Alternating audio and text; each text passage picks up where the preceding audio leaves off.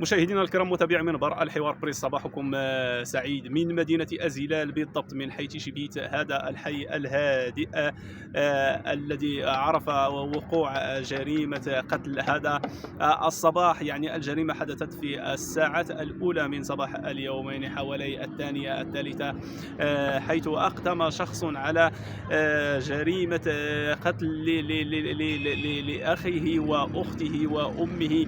يعني جريمة من أسرة واحدة. تعددت الأسباب وتعددت الروايات، لكن ما هو واضح حسب الآراء وحسب المصادر وحسب الجيران هو أن الضحايا هم اصلا كانوا يعانون من، يعني يعانون من اعاقه، وهم معروفون يعني في الحي. ولكن سبب يعني قدوم يعني شخص على الجريمه لم تتحدد الاسباب بعد. هذه الجريمه التي اهتزت لها السكنه واهتزت له المدينه واهتز له الراي العام، شكل صدمه لكل من سمع بالجريمة، بحكم أن هذا الحي هو حي، يعني حي هادئ، حي يعيش فيه الناس بأمن وأمان وطمأنينة، وحتى العلاقات بين الناس والعلاقات بين الأشخاص والعلاقات بين الجيران يعني لم ترتقي إلى مستوى العنف أو إلى غير ذلك، اللي غادي يخلي أنها تكون يعني جرائم في هذا المستوى، مما شكل نوعا من الصدمة، نوعا من إعادة طرح السؤال حول مصدر يعني الأسباب الحقيقية لمثل هذه الجرائم، بحكم أن هذه المنطقة منطقة لم تعرف من قبل مثل هذه الجرائم، ولا تليق من حيث الأمن إلى مستوى المناطق يعني السوداء، يعني في المدن الأخرى. مدينة أزيلال المعروفة بهدوئها، المعروفة بطمأنينتها، المعروفة بكرم أهلها، المعروفة أيضا بمجموعة من العلاقات والسلوكات الاجتماعية التي تشكل نوعا من التماسك الأسري، ونوعا من يعني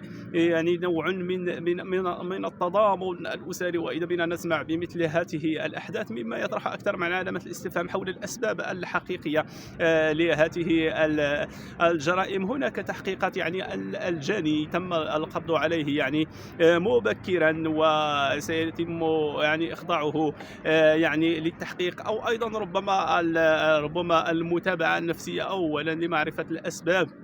هل هو هناك مصادر يعني تتحدث عن أن هناك عدة أسباب، مثلا المخدرات إلى غير ذلك، إلا أنه لم تتضح بعد يعني السبب الحقيقي دون وجود تحقيق يعني شامل. يعني الأسباب لا زالت يعني مجهولة، ولكن النتيجة مؤسفة. النتيجة مؤسفة أن نشاهد يعني جريمة قتل من أسرة واحدة وثلاثة، وهذا ما خلف يعني صدمة عميقة في نفوس ليس فقط العائلة وإنما الساكنة أيضا، بحكم أن هذا كما قلت أن هذا الحي لم يسبق له أن عرف مثل هذه الأحداث، فهو حي يعني هادئ، حي نقي، حي يعني يعيش فيه الناس في أمان وطمأنينة. وما يمكن أن نقوله سوى لا حول ولا قوة إلا بالله، تعازينا لكل لهذه العائلة وأفرادها، وتعازينا لساكنة هذا الحي، وتعازينا لساكنة مدينة أزيلة.